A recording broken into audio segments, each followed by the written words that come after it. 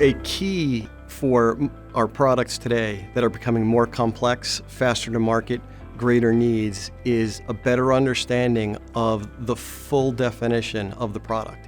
In order for engineers and design teams to best do that, they need to fully understand the requirements of the product.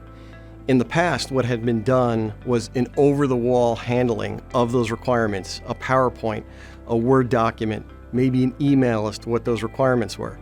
If the engineering team missed those requirements, they might not even know about them until way late in the process.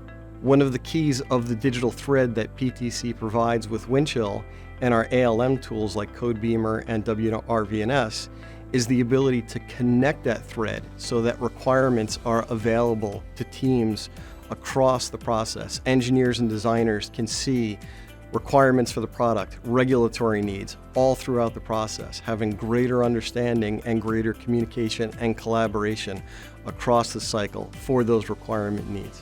Some pitfalls that can happen are not having clear guidance or governance about the ownership or the process of linking requirements, or an idea of who establishes these. This leads to inconsistent and incomplete understanding of those definitions and who is responsible for actually maintaining those requirements across the digital thread.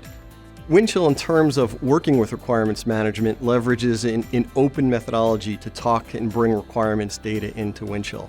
We leverage the OSLC standard to connect to remote requirement systems for a lightweight and easy to configure methodology of exposing requirements in the digital thread.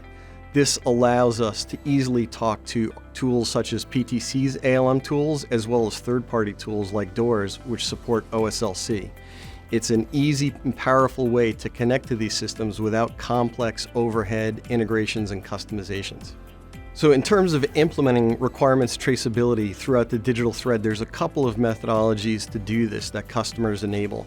Some customers in highly regulated industries will have very granular detail of the requirements to things like parts, documents, choice logic in Windchill.